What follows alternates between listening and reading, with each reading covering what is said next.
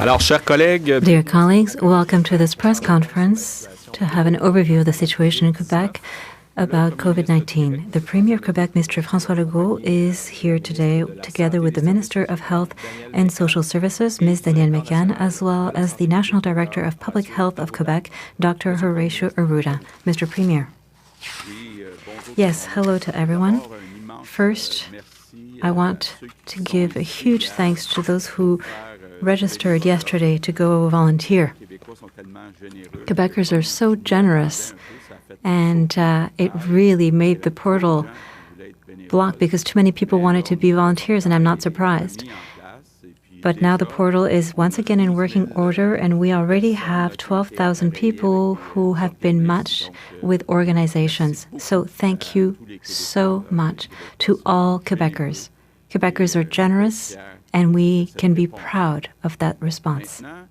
Now, I had told you in the course of the past few days, we were expecting to get to this new stage, a more critical stage, and you will be seeing the results today will be showing that. So today, we have 10 deaths more. We are now at 18 deaths. Of course, in the name of Quebecers, I wish to offer my most sincere sympathy and condolences to the families and the loved ones. I know it's hard. Myself, when I learned it this morning, 10 deaths in just the one day, it's hard. And although I had been warned for a few, I've been warned for a few days now that we get to that, but we have to continue onward to try to limit as much as possible the number of deaths for the rest. We have 2,021 cases that are confirmed. That is an increase of 392. 141 people are hospitalized. That is an increase of 35. We have 50 people in intensive care. That is an increase of 7. As far as the number of tests are concerned, we've increased the number of tests, but we are validating the number of tests that were done in certain regions, so we'll get back to you tomorrow with updated numbers. But as you can see, we have increased the number of tests since we have more cases, more positive cases. One word, because of course when we look at those numbers, we can see that we have more people who are infected than in the other provinces.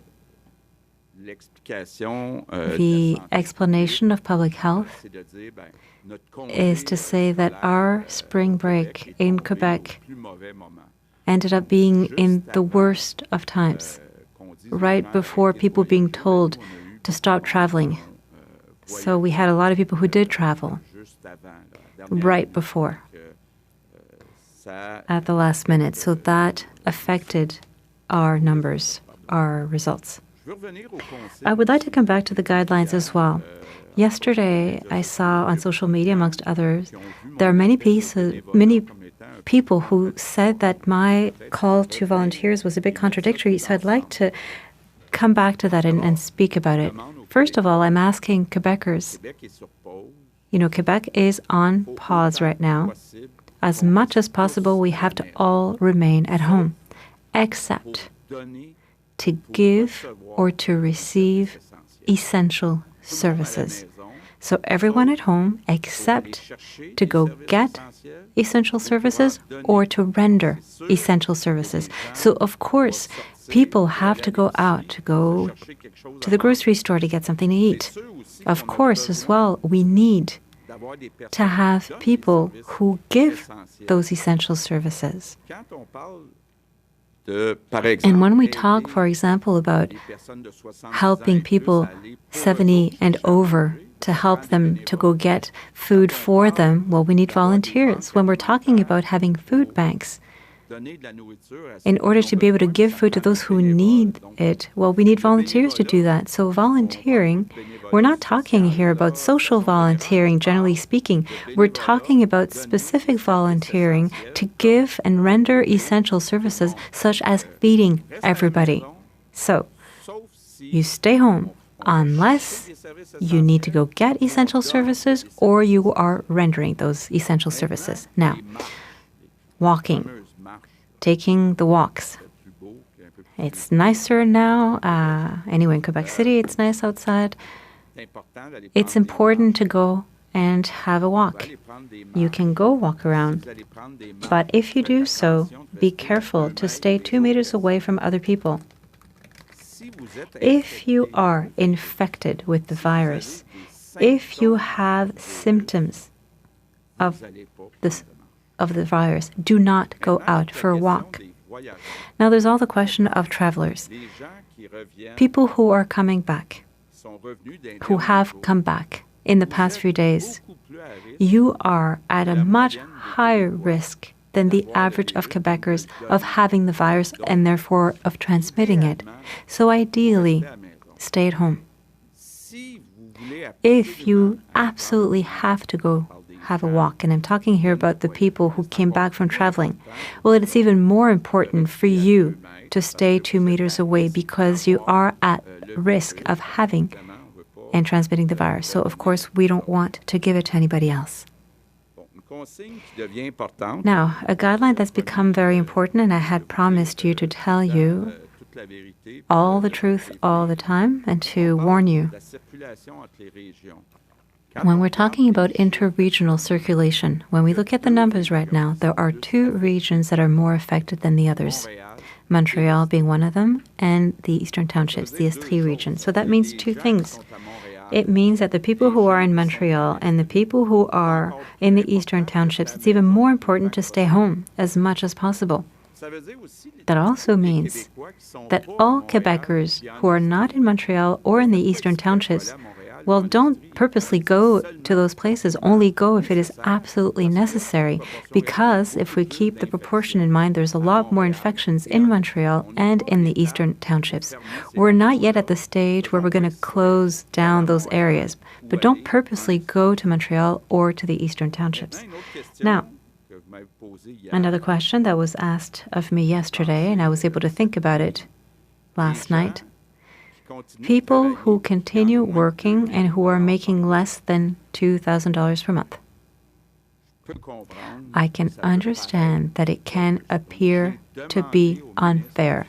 So I asked the Minister of Finance to find a way to compensate you. So give me a little bit of time because it's not that simple to set up. But I'm telling you, those who are continuing to work and who are making less than $2,000, you will be compensated. Trust me, the measure is going to be announced as early as we can, but I have asked the Minister for Finance to set that up. Speaking of the Finance Minister, well, you saw that there are measures that have been announced by the federal government a few minutes or hours ago for businesses. We've also had discussions with the federal government for businesses, for the provincial sales tax and federal sales tax remittance. So to give them a bit of oxygen and breathing room, we have agreed to postpone all business payments, so the money that they've collected, to the 30th of June. So you know that it's Quebec that collects also the GST for the federal government. So we are going to allow businesses to postpone until the 30th of June. Now, a word on vulnerable people. I'm thinking, amongst others, I'm thinking about children and women who suffer from violence at home. First of all, this morning we announced that we are improving the funding for shelters. I mean, do not stay at home. I'm thinking specifically of women. And I want to make a call out to all Quebecers, the neighbors, the family. Be vigilant. If you are aware that a child or that a woman is suffering from domestic violence, call the police. I'm asking for your help. We must continue caring for our vulnerable people. And there can be cases, taking into account that there are more people that are staying at home. I would like to end with my daily thanks to truckers, the women, because there are, the women and men who transport our foodstuff, who transport essential goods. Thank you. You are working in conditions that are difficult. You are our daily heroes. Thank you very much indeed for your work. So I would like to end by repeating that we are delivering the greatest battle of our collective lives. We have to respect the guidelines. Go out as little as possible. And if you do go out, keep 2 meters between yourself and other people. If we keep these guidelines, we are going to win this fight together. Thank you.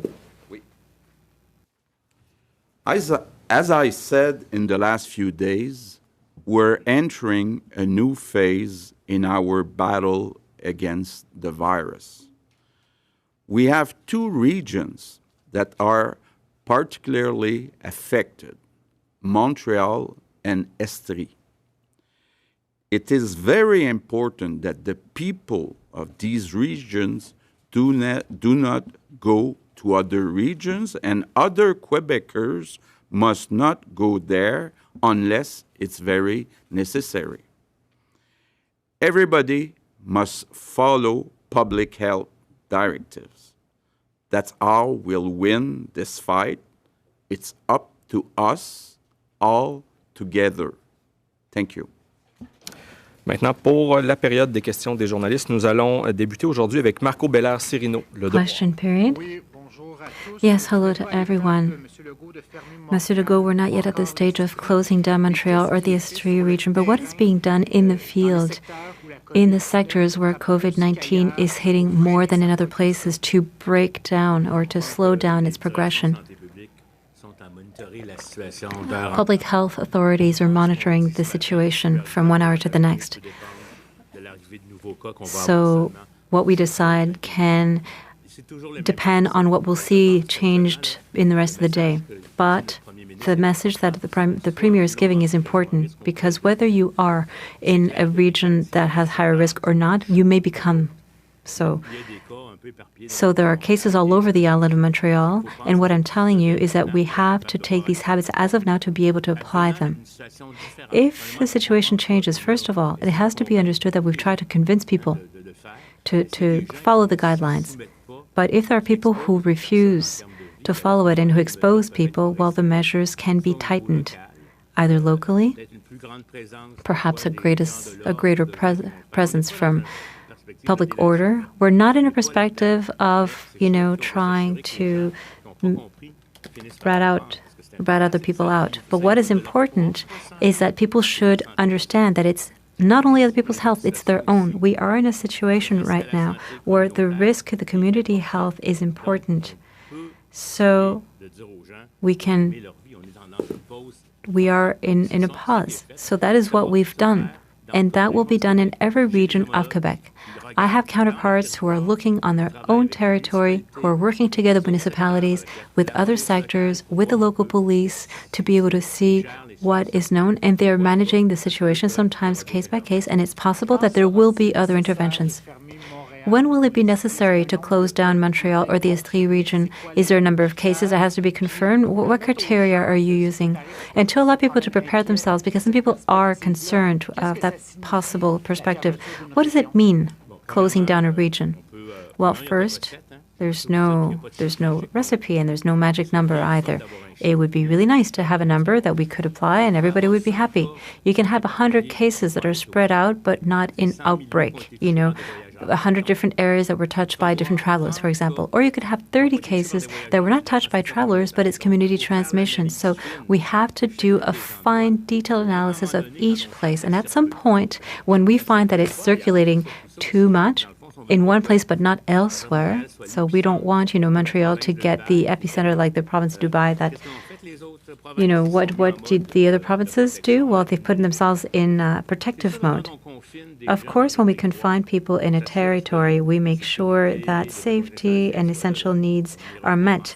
So we're not going to close up a sector and say in that neighborhood, nobody else is going to eat. Nobody's going to eat anymore. And we have to make sure that there's no violence because some people might decide to go thieving or to be violent. So it's a series of interventions that allow us to support people in their confinement. So sometimes we have peripheral control because some people want to leave and we can't let them. So it's that kind of measure. But I know that when we'll get to those measures, if we do, we'll make sure to take care of the people who are inside as much as the people outside. That is important. But the decision would be made because we wouldn't want, without knowing, we wouldn't want for those people to bring the disease elsewhere. Oui, bonjour. Une question pour Monsieur Legault. Il y a plusieurs Montréalais qui There are many Montrealers who have left off the island. If we are talking of closing down Montreal, of restricting access, do we suggest to those people that they come back to Montreal? What are your suggestions? Well, if somebody's in a cottage in the Laurentians or in Estrie, perhaps it's better that they stay there. So the less people move around, the better. So there's no other recipe. And you said earlier on that the spring break in Quebec ended up at a very bad time and that it perhaps could be an explanation the number of cases. But when you announced the confinement measure on the 12th of March, shouldn't we have made it retroactive that it applied to people who came back from traveling during the spring break? Well, it's always easy on Monday morning to analyze, the Sunday night's game. But, of course, we set up guidelines gradually in looking at the evolution of cases. I think at the time, we couldn't choose differently than what we chose to do. Maintenant avec André Martin, TVA. Oui, bonjour, Monsieur le Premier ministre. Hello, Mr. Premier. I would like to have details on the situation in Montreal. We have many information that right now there are outbreaks in Côte-Saint-Luc, in La Salle, in Parc Extension, in Côte-des-Neiges as well. So where are those? And in your scenarios, from the least to the most constrictive, what is your plan? Well, the zones that you're talking about right now, they're hot zones, yes, hot spots. The more we evolve in time, the more the directors of public national health are the ones that are going to have the better idea. I don't have all the information. And the public health directors, aligned with our orientations, will be making decisions which will vary from one territory to another.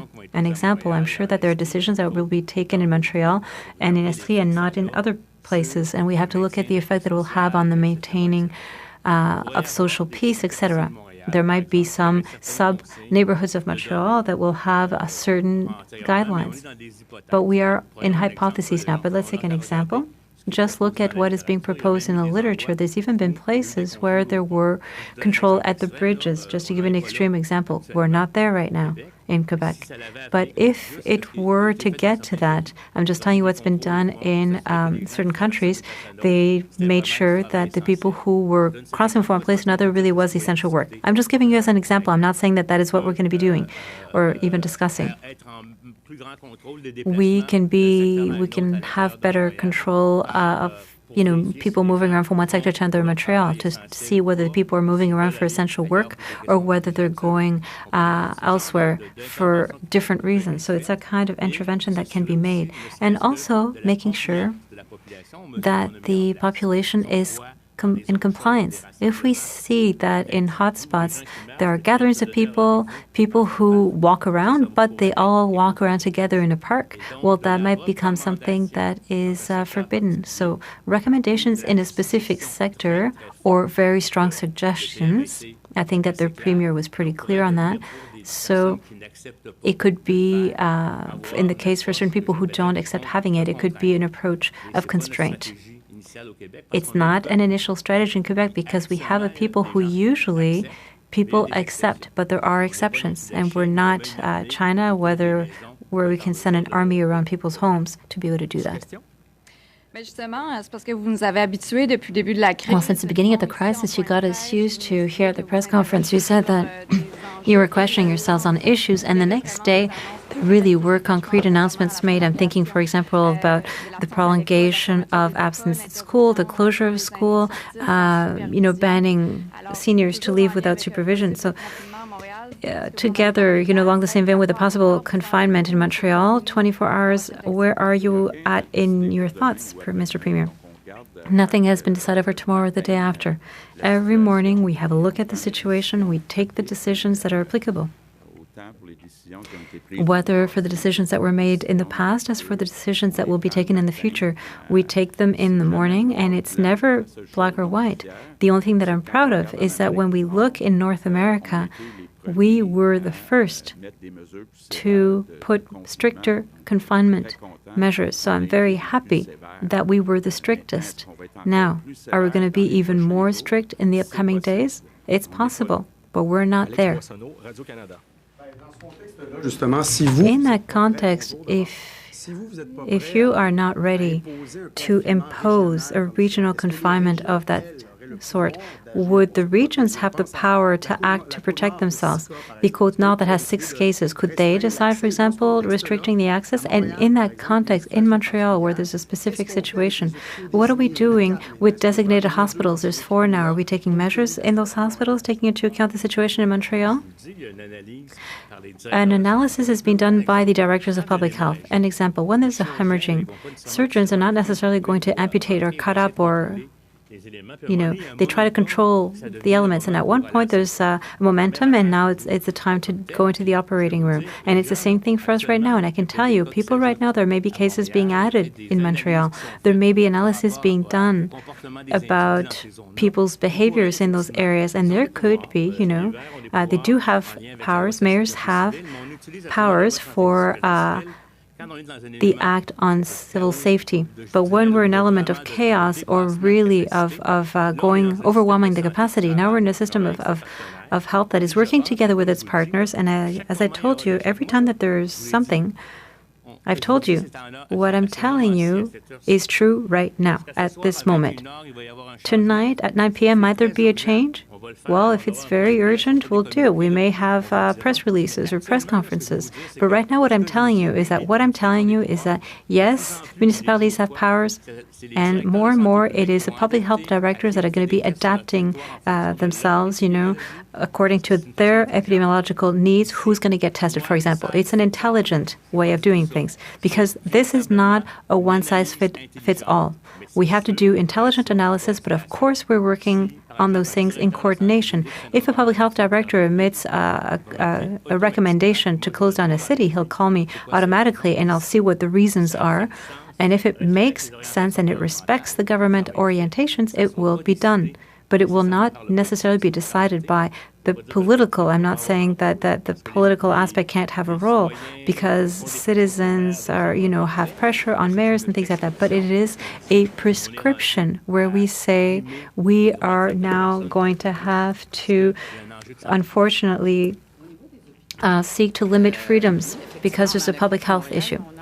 Yes, we have 4 in Montreal, but we have 7 others for adult clientele in the Montérégie, Laval, and Auxerre, so around Montreal. And we also have some in Quebec, 1 in Sherbrooke, 1 in Trois-Rivières. So we are in what we are phase 2, where we have 11 hospitals that have been designated for clients that need intensive care.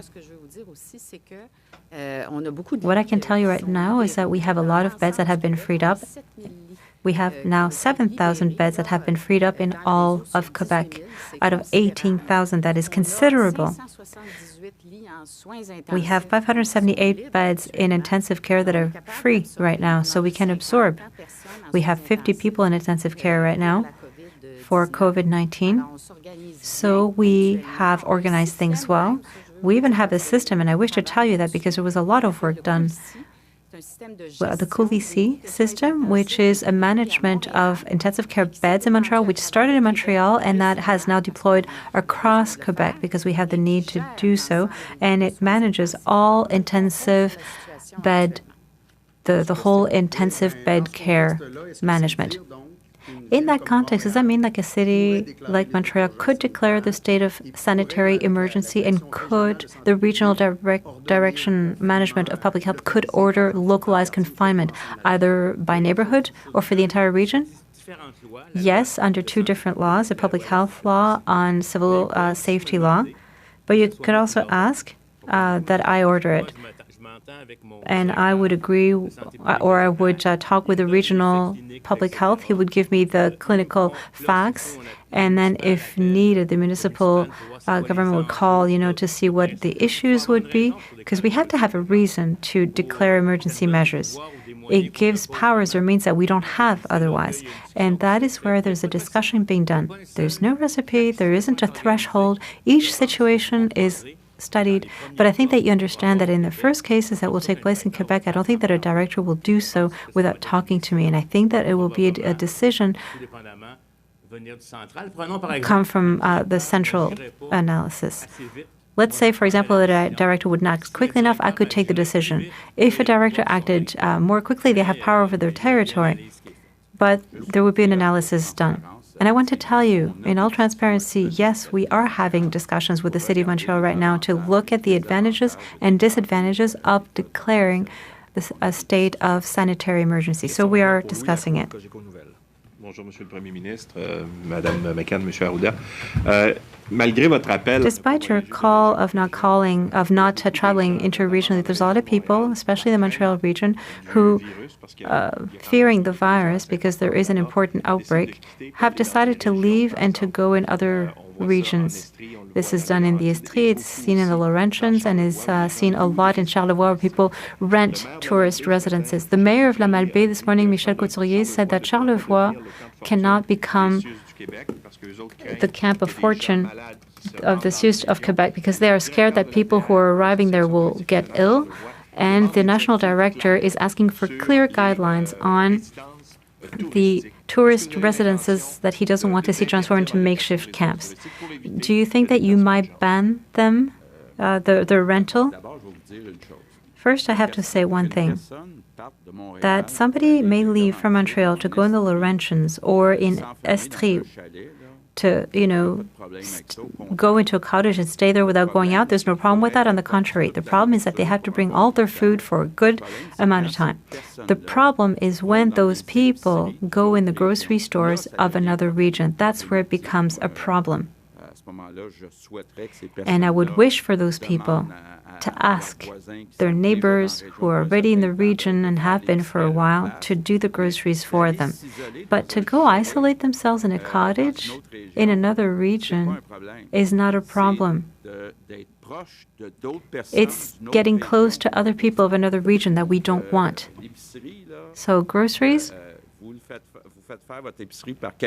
have to have somebody else do your groceries if you need to. Could you change the construction worker vacation to earlier? A lot of people saying that they're not working because the construction sites were closed, and there's a legal possibility of perhaps being able to send out the payments ahead of time for exceptional circumstances. And I think that this is the case. So they're saying, isn't it possible to have the money now rather than in July? Well, listen, we're going to get through these 3 weeks first. The 2 weeks of construction is at the end of July, so we'll have a look and see whether we make it, whether this lasts until then, and we'll see what's better for the economy. But right now, this is not something that we've been thinking about in the short term during these 3 weeks break. Dr. Arruda, do we have an explanation as to why there's a greater concentration of cases in the Centre West? Are there communities that you're having a harder time getting through to that we would be more affected? Well, I could have a hypothesis, but I would have to validate with people, the Montreal people. Of course, if we look at the elements that might explain a greater circulation, it's the virus bombardment, as I call it, that can happen through people. We experienced it during the spring break in different places, but, with the quarantines that are set up. We were talking earlier on, going back retrospectively to the 12th of March or 9th of March. In my opinion, was a lot more the fact that flights continued. That was the major effect. It wasn't people returning because at that time there was less circulation elsewhere, etc.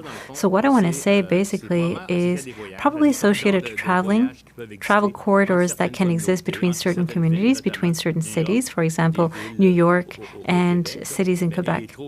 But it is too early for me to be able to say so with any precise way. Anyway, not with any analysis that I can make centrally. It's a kind of thing that public health is looking at, like they do, in regions where it's only homes for the elderly, where there's been a problem because there was traveling around and no transmission. In Montreal, there's a lot more people. There's a lot more people who are or cases that are unknown in investigations. So, it takes a certain amount of time before we get answers. But if we look at it, I think that what's going on in the U.S. is also an issue right now compared to the circulation of people that was done.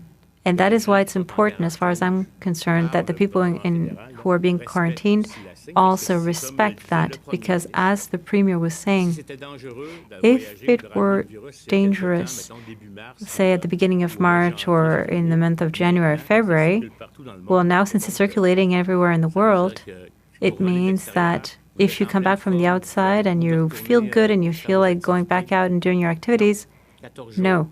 14 days. You talked about a wedding recently that there were 350 people and the bride was infected. Do we know whether that event caused an outbreak? I don't have that information specifically. It is in the investigations that are being conducted. You'll also understand that for reasons of confidentiality, we're not going to tell you who infected who within what group. But that is why we're saying still today, gatherings, funerals, all of those, these are factors. They are known in the literature in all sorts of epidemics, and I can tell you that it took place, not in the case of coronavirus, but funerals are an excellent occasion to spread the virus because people get very close, and we understand, but if we have too many people in the room, it's clear that we have a problem. I'd like to hear you on people who have been cured. The number has increased, 29. It's still not very much. We can see in British Columbia there are 180 some. How come we have so few after a month? Well, because we are, in terms of the number of cases, we're not as advanced as British Columbia. I'm sure that we have a lot more who are cured, but we haven't received the information centrally because we also had, there's a guideline that says that you need 2 negative tests to confirm that. And we've had clinical data through studies elsewhere that show that it's not necessary to have 2 negative tests. So we'll see an important increase having to do with the changing of structure. I don't think that our patients are more ill than elsewhere. You also have to look, if you compare intensive care, you have to understand that in other countries, intensive care, we have emptied our intensive care. And there are people who go to intensive care right now here who wouldn't go elsewhere. Certain people need a bit of help. That means that we can give them, because if you get, oxygen, it helps you breathe. But what I want to say, it's too early. And I mean, I'd love to be able to compare it, but it really is too early to compare ourselves, even in terms of rate in age groups, even within Canada, because we have different methods. Ontario does less tests than we did. Before we thought that they did more, but no. So when we start comparing rates, if our methods are not the same, we're going to have a profile that is not going to be true. What is important to me right now is to see how many people end up in hospital.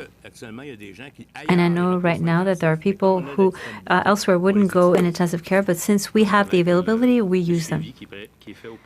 The follow-up being done with those people who are curing, I'd like to know what it is, and the placement of those people. Can it be used in Quebec to help treat the ill? As I was telling you, right now we are looking for studies. There's one that is taking place on treatments and, potentially the vaccine. Of course, the placement of people, it was used in very severe cases. Not the placement, the plasma of a person, where it could become a source of treatment. But taking into account that it's a biological product and that it's pretty complicated, we prefer putting in our energies, especially in the research of a curative therapy. because plasma is very often reserved for more severe cases. But we're not excluding anything, as I was telling you, as long as our experts emit recommendations and that it makes sense. In medicine, there is one principle. I'm sorry, I'm still talking too much. But anyway, first, we can't hurt people. Yes, and there's good research, interesting research being done at the Institute of Cardiology with Dr. Tardif on colchicine, which is a substance that is not expensive, and that is being done on 6,000 patients. And we believe that we'll get news within 3 months. So that research we are following very closely, but there's other research being done elsewhere in the world, and this one has created a lot of interest throughout the world. Earlier on, you talked about the question of intensive care beds.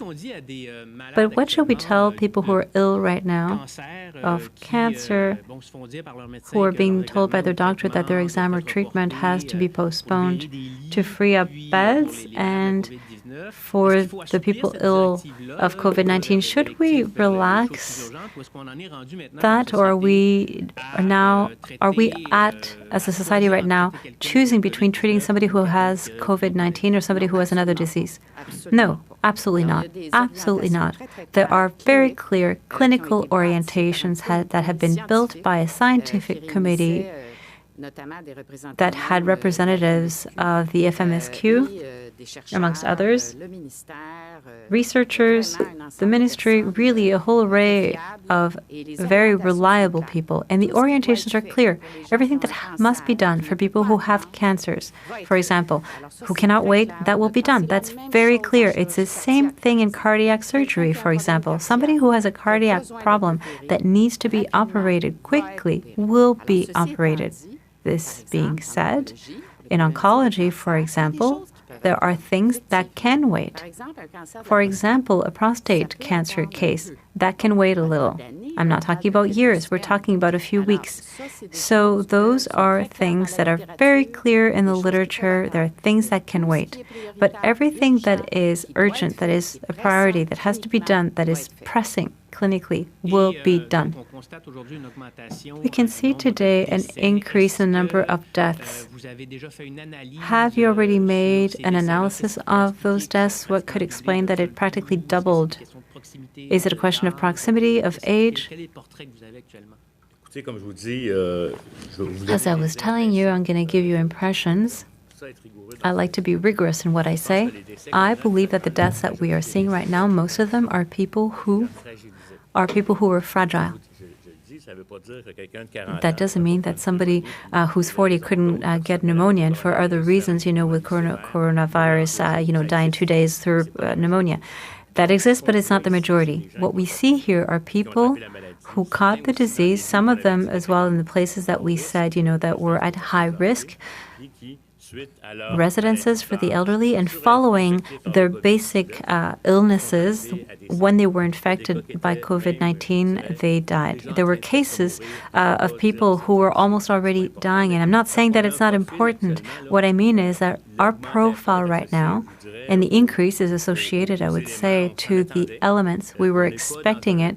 We are not in a proportion of deaths that says that we have a change in the kind of viruses. And we have to be very careful to the calculation of rates of hospitalization and deaths, because we're testing so many people. And when we look at the proportion of age of people being tested, it's people who are relatively young as well. So these are probably coronaviruses that don't need to be hospitalized. They're at home, and thank goodness they are not being, a load on the healthcare system. But it's normal to have, data. And there's 8 million of us in Quebec, 18, not yet 20 deaths on that population. You realize that we don't yet have the quantity of data to be able to have a profile, a demographic profile on these things. But these are things that will be done as we go along, and that will be done depending on territories, at the end of shifts. English? From CBC. Good afternoon. You said, Premier Legault, that you're having discussion with the city of Montreal. You're setting the table since a few days. about closing parts of regions or regions, what people should expect. If you have a cottage in the Laurentians, don't move, stay there. What will it take to reach that point of no return, and how it's going to be able to enforce this? First, the discussion we have with the City of Montreal are not only or not specifically about closing Montreal. It's about the advantages of having this urgency act from the City of Montreal. What are the advantages, the disadvantages? So we're not specifically talking about closing Montreal. Now, regarding this possibility, it'll be discussion. Now, there's no plan short term to close Montreal, but we evaluate the facts every morning and we'll take the decisions that are needed.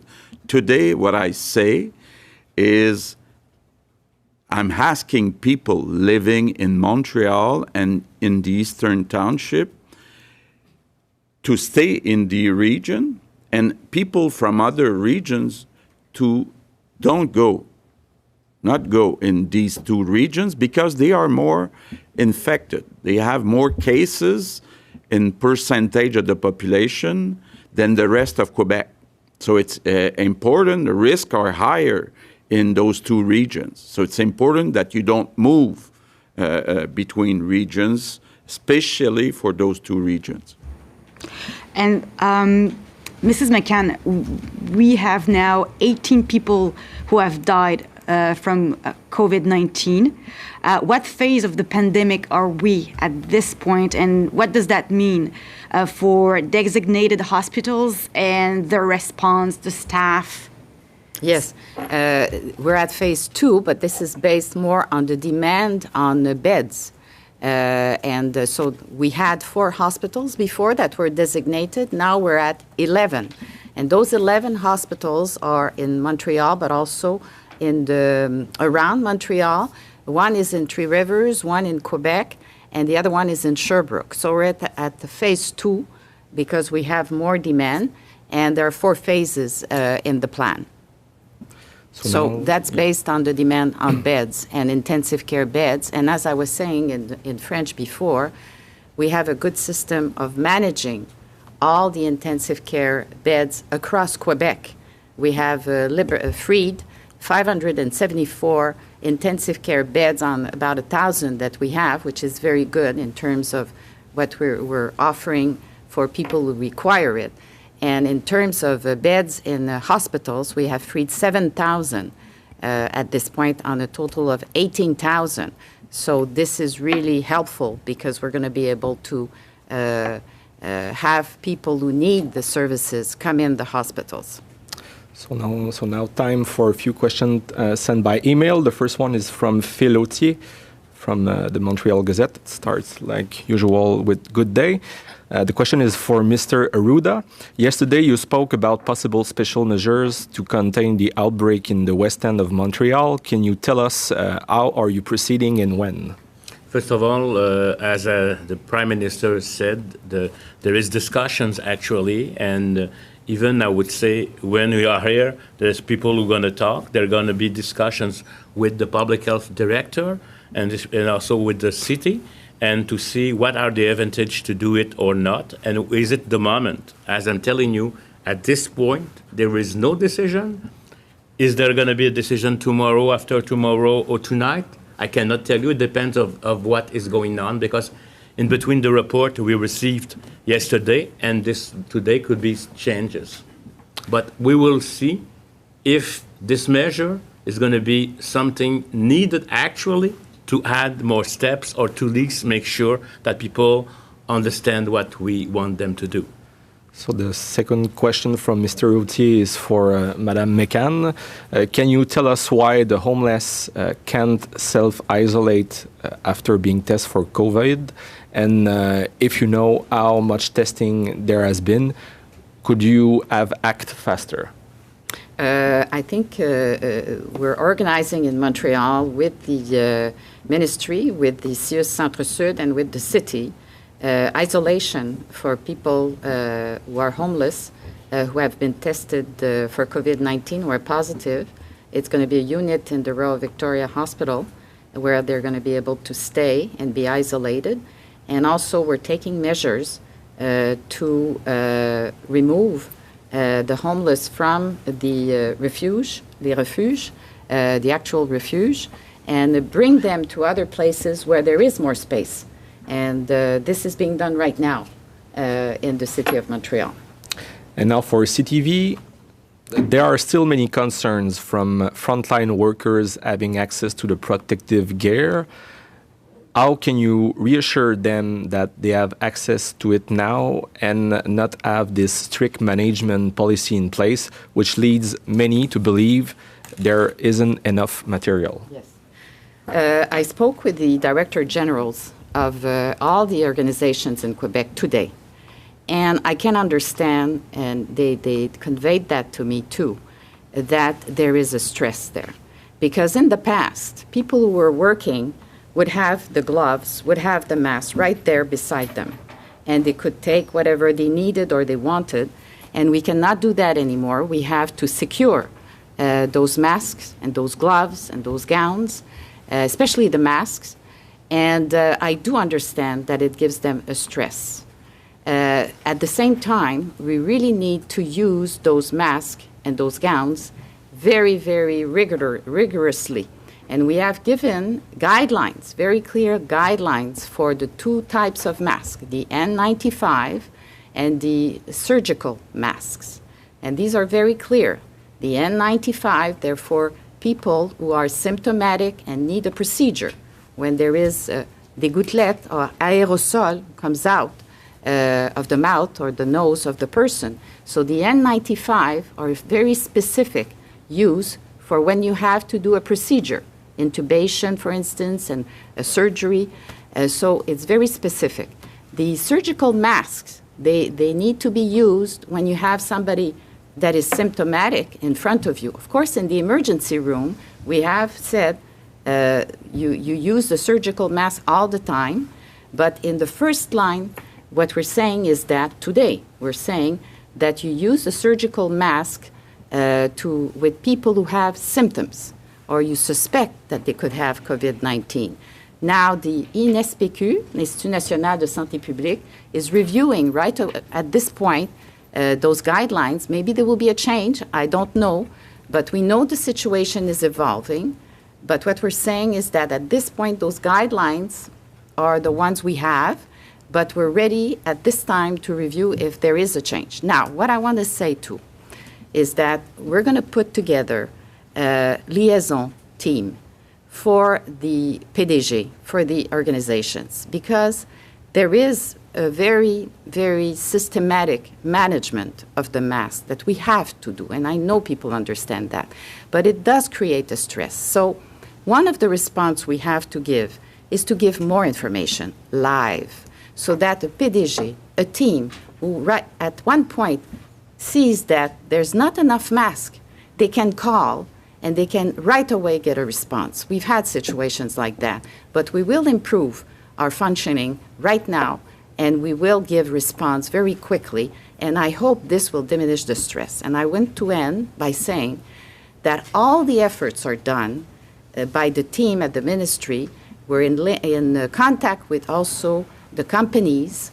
We're in contact with different countries, and we hope that we'll get a lot more masks in the millions as soon as possible. In the meantime, we have what we need if we follow those instructions for a short term, but we'll resolve it. We want to resolve it for the midterm. And as a second question, CTV News is still getting many requests from concerned family members who have no access to their dying relatives in hospitals and palliative care. What do you have to say to them? No, they should have access. I mean, when they're in palliative care, when people are in palliative care, they be in a long-term facility, in the hospitals, elsewhere. We give them gowns, we protect them, we give them masks. We give all the protective gear, and they should have access to their family member. All right, our last questions are from Raquel Fletcher, Global News. So for Mr. Legault, you say we are entering in a new stage where things are getting more critical. What does it mean that there are 10 more deaths in the just 24 hours? But it means that we have to be even more careful than we were in the last week. So right now, we have more people that are infected, and we have to be careful. We have absolutely to stay home. Instead, we have to get essential services or give essential services, that I include the help we give to elderly and to people not having anything to eat. So it's important that we reduce the possibility of giving the virus to somebody else. It's very, very critical, more than it was a week ago. And last question from Raquel. If a person who tests positive for COVID-19 must tell their employer, does the employer have to contact employees who may have been exposed? Because we're hearing from concerned viewers who say this isn't happening, so why not? First of all, if somebody has COVID positive, he must, tell his employer, because he will have not the right to go into the work. And the other question is that if the employer must call people to ask if they are COVID positive, in fact, that's part of the measures. He must say to his people, if you are COVID positive, don't come to work. So it's an information. But is there a right? And the ones who first of all, sometimes if somebody is COVID positive, the public health is going to call them and identify exactly whose person must be taken away. So each time there is a case, anywhere, if I went to a cafeteria, I went to work with colleagues, I will have a specific story of what I've done when I was probably contagious, and then we will recommend to those persons what to do. So that's all the time we have. Merci tout le monde. Merci tout le monde. Thank you, everyone.